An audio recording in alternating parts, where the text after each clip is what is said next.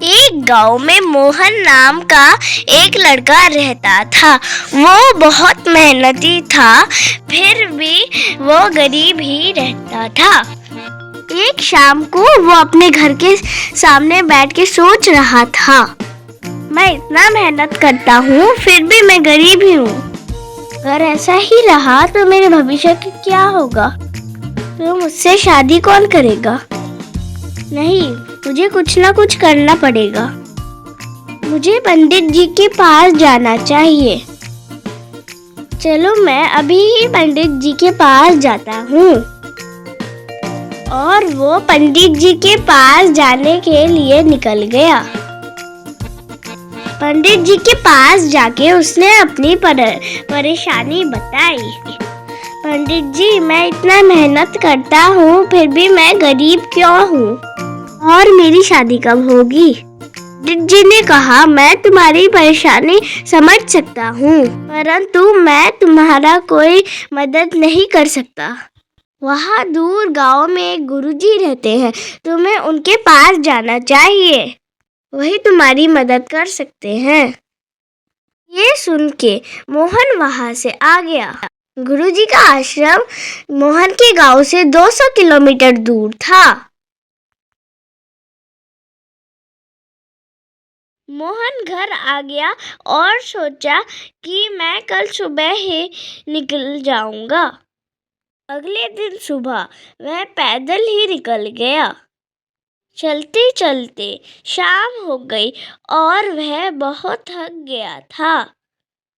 रात गुजारने के लिए वह एक सेठ जी के घर चला गया और सेठ जी को कहा कि मैं बहुत दूर गांव से आया हूँ, मुझे गुरुजी के पास आश्रम में जाना है। सेठ जी ने कहा, ठीक है, पर मेरे एक प्रश्न का भी उत्तर ले आना कि मेरी बेटी बात नहीं करती, वह कब बात करना शुरू करेगी?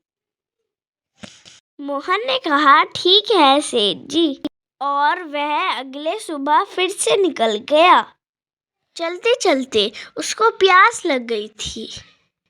पास में उसको एक घर दिखा और वो घर के अंदर गया पानी पीने के लिए। वो घर एक साधु का था। वो घर के अंदर गया और साधु को बोला, मैं बहुत दूर से आया हूँ, मुझे प्यास लगी है, मुझे गुरुजी के आश्रम में जाना है। साधु ने उसे पानी दिया, ये लो पानी पी लो, पर मेरी भी एक प्रश्न का उत्तर ले आना। मैं भगवान का इतना ध्यान लगाता हूँ पर फिर भी मेरे को भगवान क्यों नहीं मिल रहे? मोहन ने कहा, ठीक है, और वो वहाँ से निकल गया। दूर आने के बाद उसे एक आम का पेड़ दिखा। उसने पेड़ से एक आम तोड़ा। तभी पेड़ का मालिक आया और बोला, रुक जाओ, कौन हो तुम?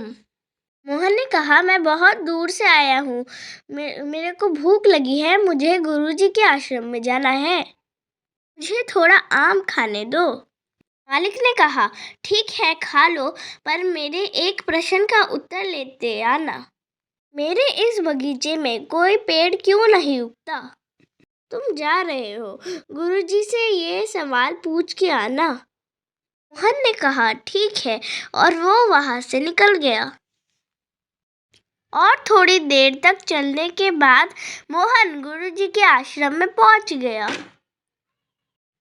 पहुंच के देखा गुरुजी ध्यान लगा रहे थे। मोहन ने गुरुजी को प्रणाम किया और कहा, मैं बहुत दूर से आया हूँ कुछ प्रश्नों का उत्तर लेने, कृपया करके मेरी मदद कर दीजिए।